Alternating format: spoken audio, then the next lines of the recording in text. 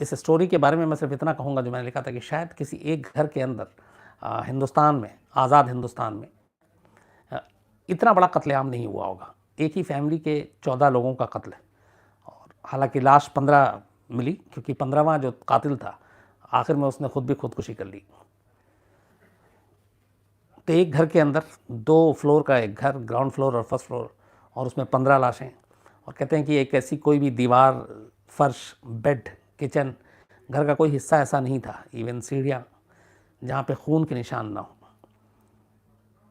तो एक ही घर के अंदर इतनी बड़ी तादाद में कत्ल का ये पहला मामला है अब तक का। दूसरा एक और अजीब चीज़ थी कि जब 14 कत्ल के बाद जो कातिल था, जब उसने खुद को फंदे पे झुलाया, वो फांसी लगाकर उसने खुदकुशी कर ली थी।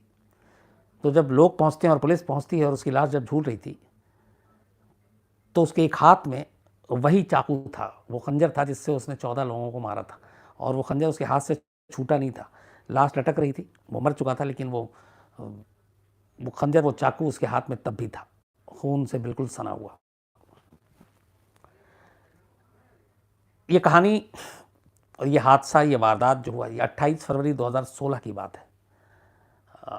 27 फरवरी को शनिवार था, सैटरडे का दिन था, और ठाणे का एक बाहरी इलाका है, थोड़ा सा वहाँ पे बाहर जाकर है, वहाँ पे लोगों ने अपने अपने मकान बना रखे हैं, कासरवाड़ावली। तो ये ठाणे के पास एक बाहरी इलाका है। तो यहाँ पे एक घर था जिसमें जो वहाँ के वारेकर फैमिली थे वो रहते थे। इस घर के जो मुखिया थे, जो सबसे बड़े बुजुर्ग, अनवर वारेकर। अनवर वारेकर अपनी पत्नी, अपने एक बेटे हसनैन वारेकर, बहू, 2 उनके बच्चे, और ये इनके साथ रहते थे। उनकी 4 बेटियां भी थीं, 3 की शादी हो चुकी थी, चौथी थोड़ी सी दिमागी रूप से उसकी तबीयत ठीक नहीं थी और उसका कुछ प्रॉब्लम था, तो वो घर पे रहती थी। तो बाकी जो 3 शादी हुई, उन सब के भी अपने अपने शौहर, पति, उनके बच्चे, सब कुछ,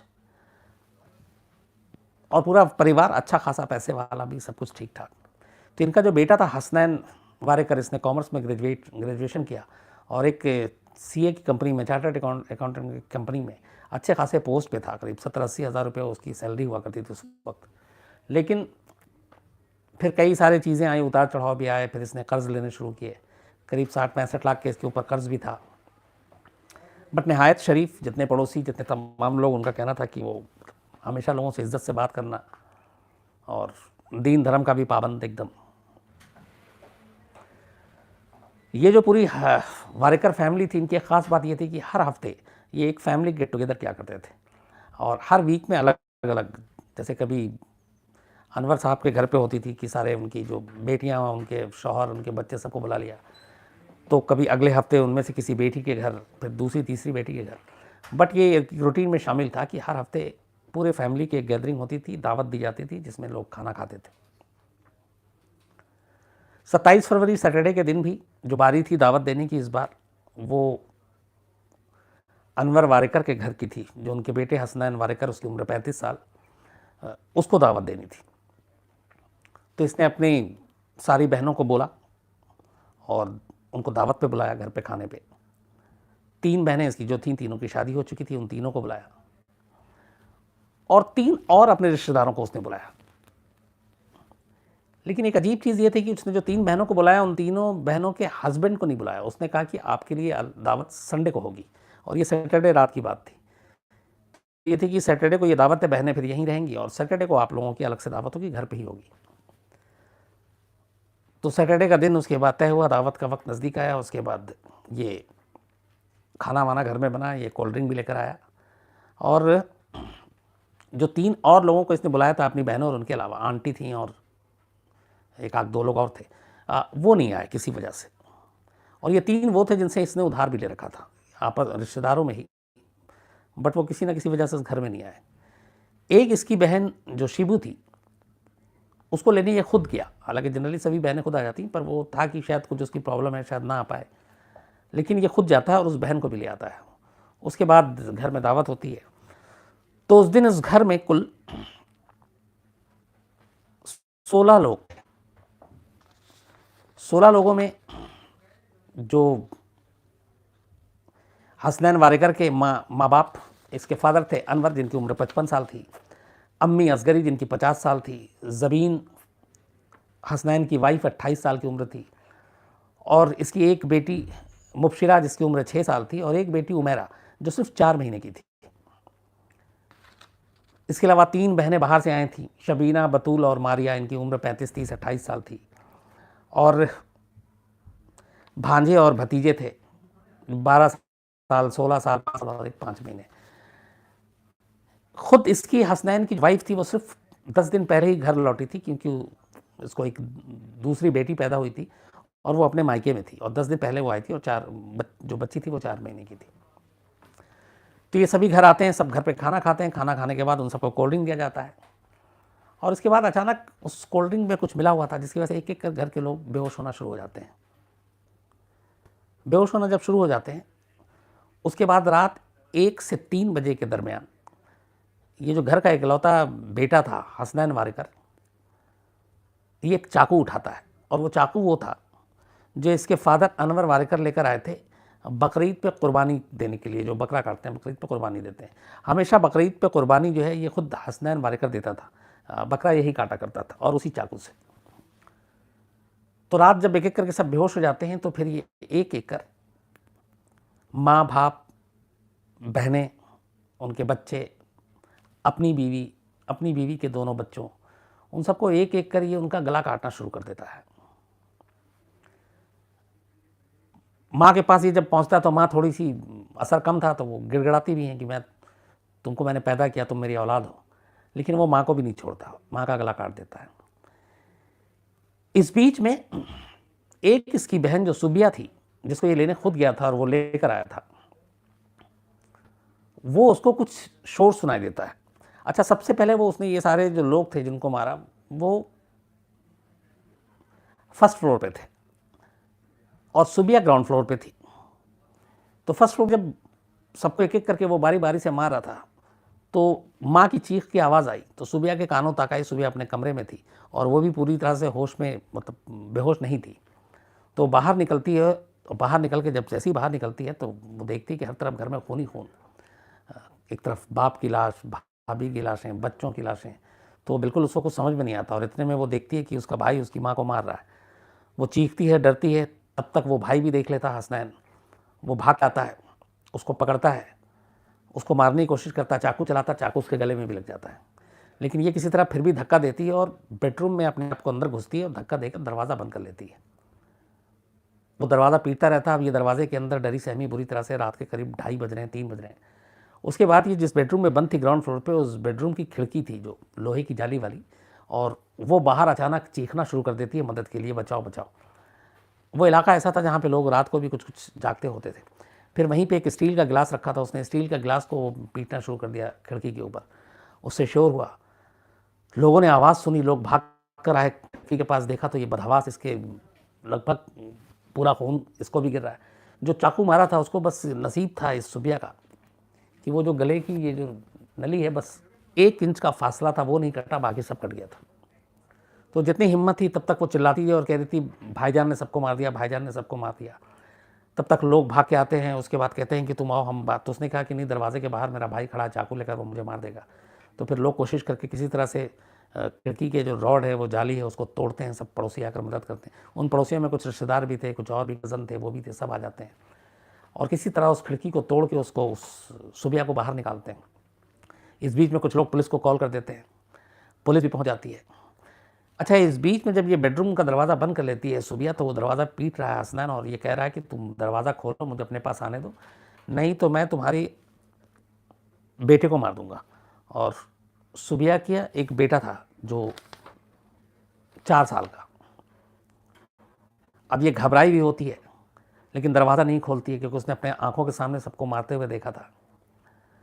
तो जब ये दरवाज़ा नहीं खोलती, उसके बाद ये खिड़की के पास शोर मचा देती। फिर लोग आते हैं, खिड़की तोड़कर उसको बाहर निकालते हैं। इतने में पुलिस आती है। फिर पुलिस उसके बाद घर के अंदर आवाज़ देती है हसनैन को, वो सुनता नहीं है। फिर दरवाज़ा को तोड़ा जाता है। दरवाज़ा तोड़ने के बाद पुलिस जब अंदर घुसती है कुछ पड़ोसियों को साथ लेकर, तो ग्राउंड फ्लोर से लेकर फर्स्ट फ्लोर तक ऐसी एक जगह नहीं थी जहाँ खून ना हो। हर तरफ लाशें, और इसकी अपनी जो बीवी थी हसनैन, इसकी लाश जो ग्राउंड फ्लोर से फर्स्ट फ्लोर पे जाने का जो सीढ़ी था, उस सीढ़ी पे लाश पड़ी हुई थी। तो उससे पुलिस ने अंदाज़ा ये लगाया कि जब उसने अपनी बीवी को मारने की कोशिश की तो बीवी ने बचने की कोशिश की, और उस बचने के चक्कर में वो रूम से फर्स्ट फ्लोर से ग्राउंड फ्लोर की तरफ आ रही थी, क्योंकि सारे बाकी रिश्तेदार नीचे थे। लेकिन वो कामयाब नहीं हो पाई, उसको वो सीढ़ी के पास ही पकड़ लिया और उसने फिर सीढ़ी के पास उसका गला काट दिया, और इसलिए उसकी लाश सीढ़ी पे ही मिली। तो एक एक जगह पे सीढ़ी से लेके रूम, किचन, हर जगह खून और लाशें पड़ी हुई थी।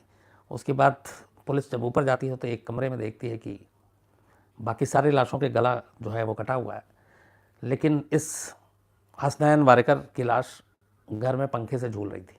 उसने फंदा लगाकर खुदकुशी कर ली, लेकिन उसका पूरा हाथ खूनम खून, उसके कपड़े पे खून, और कमाल ये था कि फांसी पे झूलते हुए मरते हुए भी उसके हाथ से वो चाकू नहीं छूटा था, जिस चाकू से उसने अपनी ही फैमिली के 14 लोगों को मार दिया था, जिनमें माँ बाप, बीवी, बच्चे, बहन, बहन के बच्चे। तो खैर पुलिस एक एक कर फिर सारी लाशें ले जाती है, हॉस्पिटल जाती है, और सुबिया उस वक्त तक जब बाहर निकली तो दहशत और ज़ख्म की वजह से बेहोश हो गई। उसे हॉस्पिटल ले जाया जाता है। वहाँ पे करीब उसके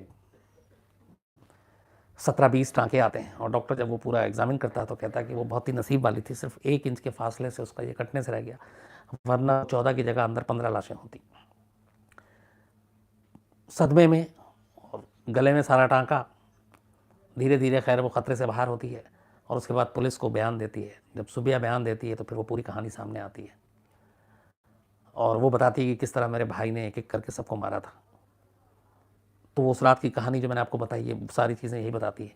अब लेकिन इसमें 2-3 चीज़ें थी कि एक ही फैमिली के इतने सारे लोगों का कत्लेआम घर का एक बेटा क्यों करता है, इसके पीछे क्या उसका मकसद था। पुलिस जाहिर सी बात है इसके लिए इकलौती चश्मदीद घर में बची थी, वो थी सुबिया, उसकी बहन। उससे पूछताछ करती है तो सुबिया से पता चलता है कि 4 साल पहले, ये चूँकि 2016 में था, 2012 में भी एक बार इस घर के कुछ लोग अचानक बेहोश हो गए थे। बाद में पता चला फूड पॉइजनिंग है, लेकिन वो भी उसमें कुछ बेहोशी की दवा तब भी दी थी इसी हसनैन वारेकर ने, और उस वक्त भी शायद मारने की कोशिश थी, लेकिन वो कामयाब नहीं हो पाया। खैर अब पुलिस सारा मोटिव पता करती है तो पता चला घर के फाइनेंशियल हालत बिल्कुल ठीक है, कोई प्रॉब्लम नहीं थी, पढ़े लिखे लोग थे, लोगों आसपास में इलाके में बड़ी इज्जत थी, और ख़ुद हसनैन के बारे में पूरा इलाका ये कह रहा था कि बचपन से लेकर आज तक यहाँ पला बड़ा बड़ा हुआ, उसमें कभी कोई बुरी ऐब नहीं देखी, कभी किसी से झगड़ा नहीं हुआ, उसने एक चींटी नहीं मारी, अपने से बड़ों से मिलता था तो नज़रें झुका कर बात करता था। लेकिन अब एक बहन कह रही है कि उसने खुद आंखों से देखा और मेरा भाई सबको मार रहा है, तो वो मानने की वजह भी नहीं थी कुछ। तो पुलिस उसके बाद एक एक चीज़, उसके फ़ोन डिटेल, कॉल डिटेल, उस किससे बात की, आखिरी में किससे बात चल रही थी, सारी चीज़ें छानबीन करती है, कोई ऐसी चीज़ नहीं मिलती। फिर पता चलता है कि इसकी एक बहन जो है हसनैन की, बतूल जिसका नाम था, बस इकलौती वो थी जिसकी शादी नहीं हुई थी, और उसकी उम्र करीब, बतूल की हो गई थी 29-30 साल। उसकी थोड़ी सी दिमागी हालत ठीक नहीं थी और उसका इलाज चल रहा था। तो बाकी 3 बहनों की शादी हो गई थी, टोटल 4 बहनों में।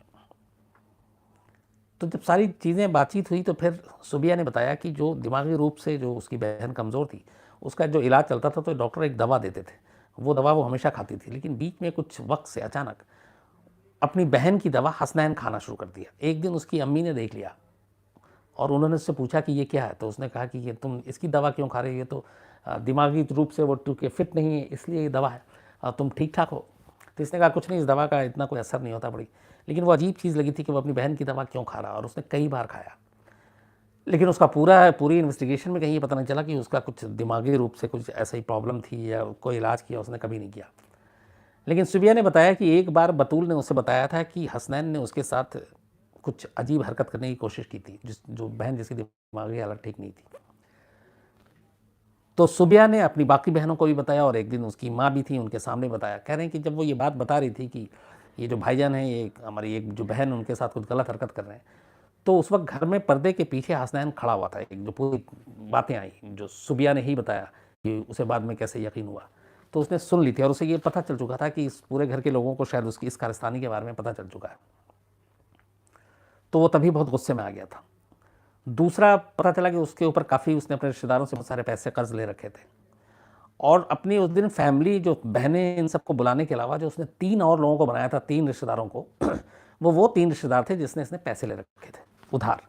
तो पुलिस का मानना था कि ये शायद इन लोगों को भी उस रात इसको ठिकाने लगाने की प्लानिंग थी, लेकिन वो लोग आए नहीं, उनका नसीब अच्छा था और वो बच गए। पुलिस ने हर एंगल से मामले की जांच की, इसमें मर्डर से लेकर बाकी सारे चीज़ें भी देखी, लेकिन कुछ मिला नहीं। और आखिर में जो चार्जशीट पुलिस ने दायर की उसमें यही था कि घर के 14 लोगों को, बीच में हालांकि तंत्र मंत्र और एक ये भी था कि एक दरगाह पे जाता था बाबा के पीछे, लेकिन उसके कोई प्रूफ नहीं मिले। तो जो 14 लोग जिनके जो हसनैन के हाथों मारे गए, उसके फादर अनवर 55 साल, माँ असगरी 50 साल, ज़बीन उसकी अपनी बीवी 28 साल, मुश्तिरा उसकी बेटी 6 साल, उमैरा उसकी दूसरी बेटी 4 महीने पहले जो पैदा हुई थी, शबीना उसकी बड़ी बहन जिसकी उम्र 35 साल, बतूल उसकी दूसरी बहन यही जो दिमागी रूप से ठीक नहीं थी 30 साल, मारिया उसकी तीसरी बहन 28 साल, अनस 12 साल का उसका भांजा, इसके अलावा सादिया 16 साल की उसकी भांजी, अली हसन 5 साल का उसका भांजा, उमैरा 7 साल की भांजी, यूसुफ 4 साल का भांजा और अर्शिया एक 5 महीने की उसकी भांजी। ये 14 लोग थे। 15वीं शुबिया जो है वो बच गई घायल होकर, और बाद में उसको अस्पताल से छुट्टी भी मिली। और इस हादसे के बाद चूँकि उसको बहुत बाद में पता चला कि उसका भी एक बच्चा जो बेटा था वो उसके अपने भाई के हाथों मारा गया, तो बहुत ज़माने तक वो सदमे में रही। फिर उसका बहुत सारे अलग अलग तरीके से इलाज किया गया। ये भी कहा गया कि जब भी वो आए तो कोई इस हादसे के बारे में बात ना करे। 1-1.5 साल तक किसी में उस इलाके के लोगों की भी फिर हिम्मत नहीं कि उस घर के अंदर जाएं, गुजरें, रहें वहाँ पे। वो एक डर खौफ बैठ गया था। इवन ये है कि कहते हैं कि एक लोकल न्यूज़ चैनल का कैमरामैन था, जब ये हादसा हुआ वो हॉस्पिटल गया और उसके बाद उसने वो जो सारा सीन देखा तो इतना सदमे में चला गया कि हार्ट अटैक से उसकी मौत हो गई। और फिर पूरे उस इलाके के लोगों ने गली में गुजरते हुए देखा, जो कभी भी नहीं देखा और ना ऊपर वाला किसी को देखा है, कि एक साथ 14 जनाजा एक घर से निकल रहा हो। और ये 14 जनाजा निकला उस घर से एक साथ, जो घर के ही एक चिराग ने इन सबको बुझा दिया था। पुलिस ने सारी इन्वेस्टिगेशन के बाद ये माना कि ये जो है इन 14 लोगों का कत्ल हसनैन ने किया था और आखिर में उसने खुदकुशी कर ली। और इसके पीछे वही 2-3 चीज़ें थी, एक उसका कर्ज और दूसरा उसकी शायद ये बेइज्जती कि उसकी बहन के बारे में घर वाले को सबको पता चल चुका है, तो वो इस शर्मिंदगी के साथ शायद ना जी पाए। तो इसके बाद इस केस को हमेशा के लिए क्लोज़ कर दिया गया। बाद में ये था कि उस घर में कोई रहा नहीं, हालांकि कुछ लोगों ने कहा था कि हम किराए पर रहने को तैयार हैं, लेकिन फिर ये था कि उसमें आधा हिस्सा मदरसे को दे दिया जाए।